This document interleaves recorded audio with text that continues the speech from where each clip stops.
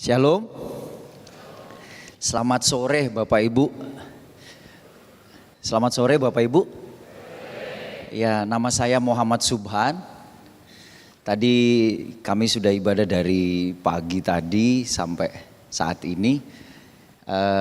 Saya mau memberikan kesaksian di mana anak saya Kairos namanya, bisa tampilin kali ya sambil bisa dilihat. Ya, Kairos artinya waktu Tuhan. Jadi saya mau memberikan kesaksian ini karena anak kami kena kanker leukemia tipe ALL. Jadi dokter memvonis anak kami terkena kanker ini dan kami sudah melayani 3 orang kanker, 3-3-nya meninggal. Terus tiba-tiba anak kami kena kanker leukemia. Saya punya istri hanya satu, nama memang Muhammad Subhan, tapi saya pengikut Yesus yang mati di kayu salib dan bangkit dan memberikan amanat agung. Itu saya Bapak Ibu. Keluarga masih di seberang, tapi sudah percaya Yesus ibu saya. Itu istri saya yang cantik tadi, ini 2 anak saya, yang satu yang botak itu namanya Kairos, yang kedua namanya Noah Jacob Subhan. Nah ini.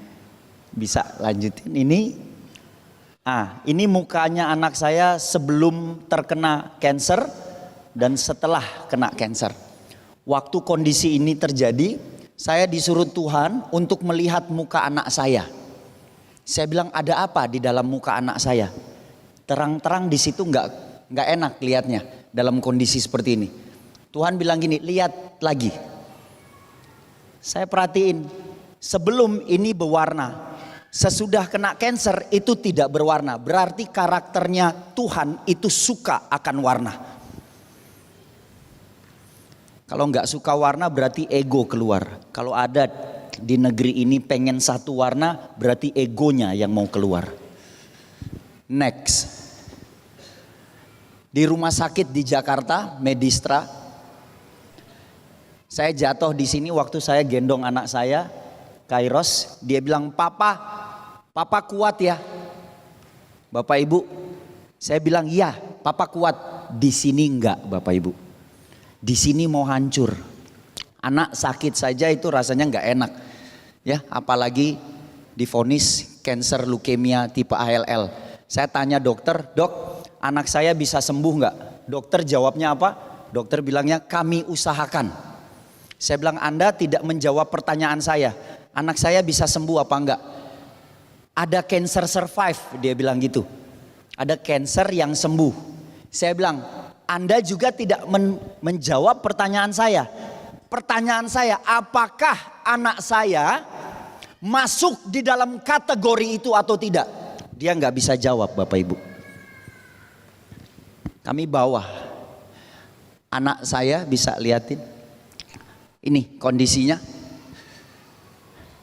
Buka Alkitab, gak bisa baca Bu, Bapak Ibu pada saat itu. Momennya membuat otak saya gak bisa nurutin untuk baca. Tapi ada di sini, batin suruh bilang gini, kamu mau nyanyi gak Subhan buat saya? Saya bilang dalam kondisi seperti ini Tuhan, saya harus bernyanyi buat Tuhan. Dan suara itu kencang sekali Bapak Ibu. Lagu ini yang keluar. Biarlah manis kau dengar Tuhan.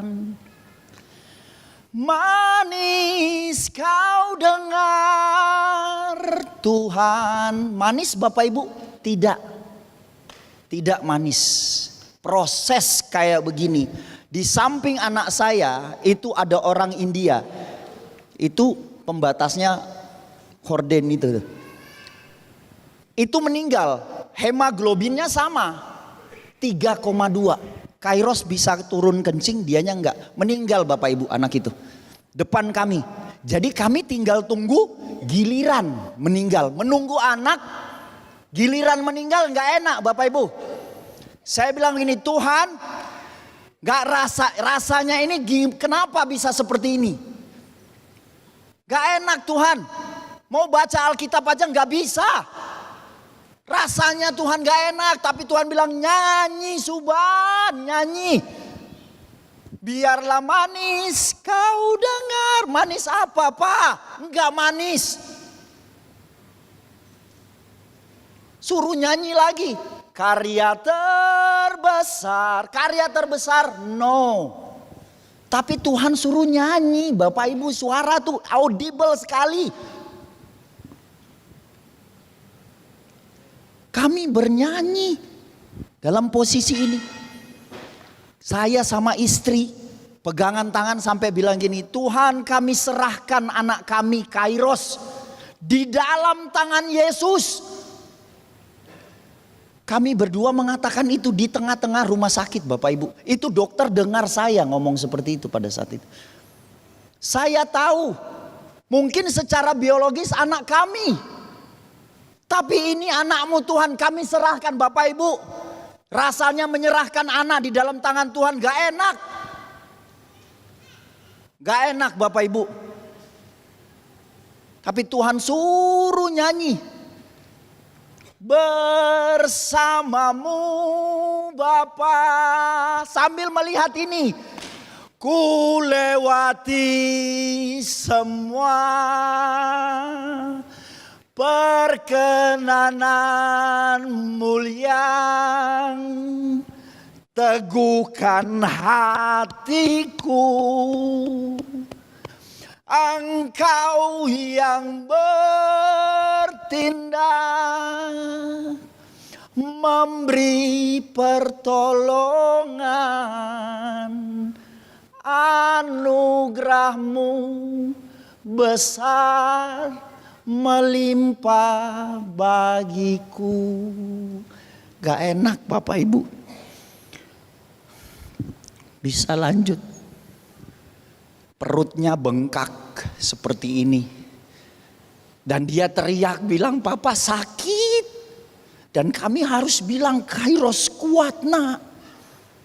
Kairos kuat nak.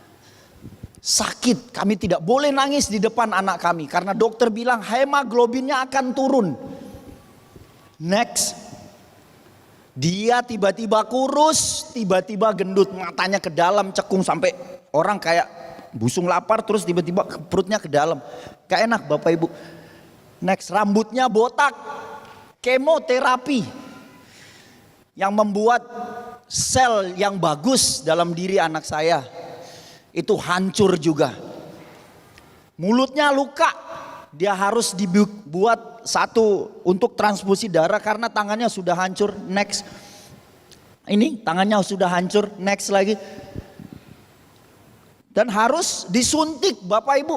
Tiap hari 2. Nih suntikannya lebih dari 100 nih. 1 kanan 1 kiri. Terus lihat tiap hari kami melihat itu. Kenapa nggak berubah-berubah Tuhan? Situasi yang kami alami pada saat itu. Bisa next. Kami bertanya terus. Di ruang operasi. Kami bernyanyi di sini. Harus lihat karya terbesar. Bagaimana karya terbesar dalam kondisi ini. Tapi Tuhan bilang nyanyi terus. Puji Suban. Puji. Saya bilang Tuhan gak kuat. Terus harus bernyanyi karya terbesar. Bisa terus gambarnya. Lihat ini. Ada cairan putih keluar. Siapa manusia yang bisa keluarin itu? Masukin di dalam tubuh kita sebagai manusia. Siapa kasih tahu? Gak ada di sini yang bisa tahu. Selain Tuhan yang tahu. Dan harus bernyanyi seperti itu. Maka jiwaku pun memujimu, sungguh besar Kau Yesusku. Harus seperti ini kami pada saat itu. Next Bapak Ibu. Kemo ini yang paling saya gak suka lihat. Next. Mulut berdarah tiap hari harus keluar darah itu di meja makan kami lihat. Dia maaf ya, dia pup Bapak Ibu, itu darah yang keluar. Kami tiap hari melihat itu. Dan dia harus bilang, papa sakit ini papa, muka tulangnya harus kami urut tiap hari jam 3 pagi. Kami harus gantian untuk bangun, untuk urut anak kami. Next.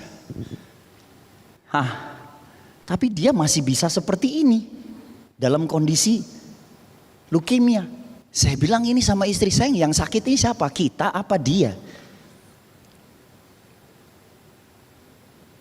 Proses yang kita lewati itu membuat kita jadi lebih dewasa ternyata. Next, happy. Hati yang gembira adalah obat. Next, dia tiba-tiba gendut. Ini gendut bukan karena makanan, obat Bapak Ibu. Ini obat, dalam waktu 2 minggu bisa gendut. Terus botak, saya langsung botakin kepala saya pada saat itu. Dia bilang, papa kita sama. Iya sama, sini enggak. Iya sama, sini enggak. Masih lihat situasi seperti itu. Next. Ini keinginan kami harus masuk kamar mandi untuk berdoa. Keinginan kami ini supaya anak kami bisa bermain sampai besar. Next. Terus ini di ruangan juga kami bernyanyi. Dokter tiap kali kami bernyanyi dia selalu mengeluarkan air mata. Gak percaya Tuhan Bapak Ibu. Dia keluarin air mata. Saya percaya hadirat Tuhan hadir di situ. Next. Pak Victor Faraktimela datang menjenguk kami. Dia gembala di GBI di Delft, gereja di Delft Belanda. Next. Saya bawa ini. Ini dokter bilang ini tanda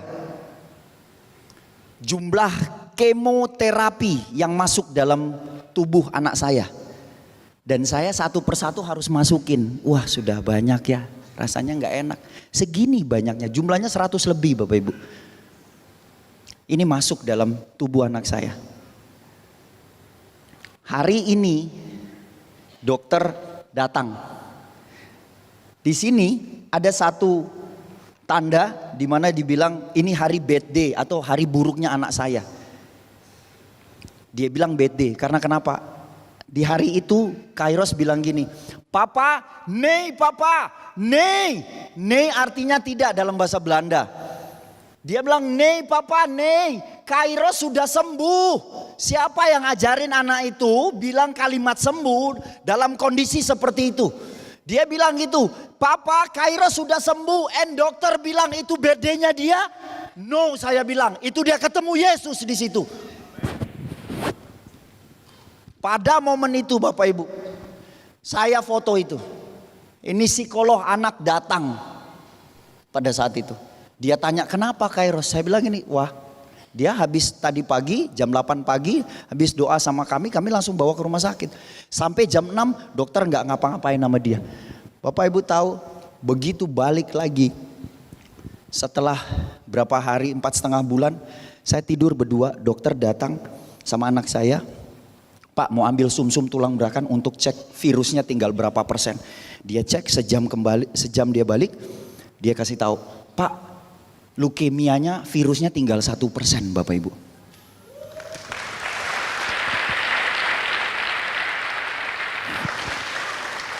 Sayanya nggak percaya. Saya telepon istri, saya bilang gini, sayang tinggal 1%. Istri saya bilang, kenapa kamu nggak yakin? Apa yang nggak mungkin buat Yesus? Saya bilang, kita 3 orang meninggal depan kita sayang. Bisa ya? Cancer survive. Dokter bilang kan 2 tahun sampai 3 tahun.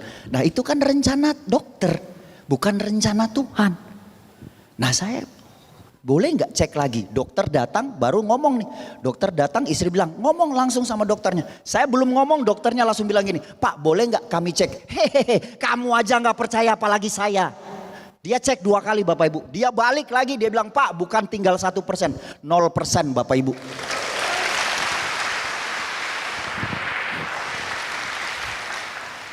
Next.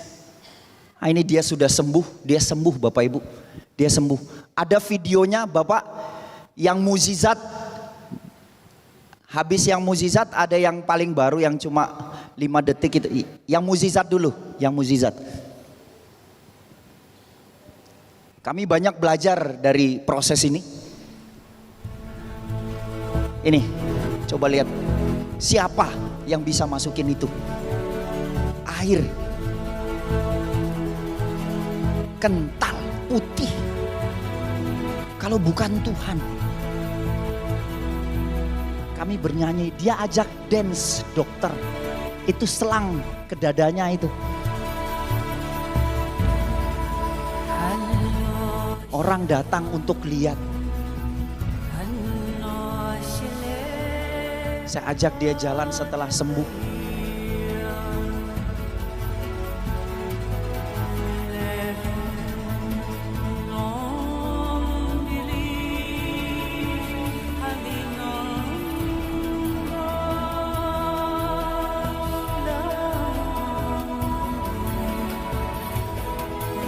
Rambutnya sudah tumbuh Bapak Ibu.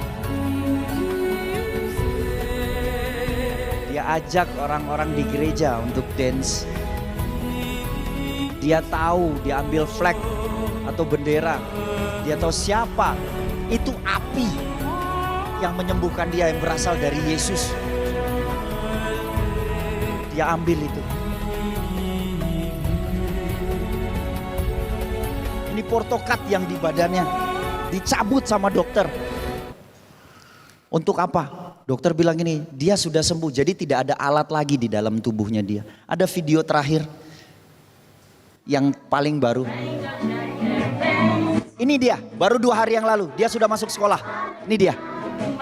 Di Belanda. Yang pakai baju batik. 4,5 bulan dia nggak ketemu teman-teman.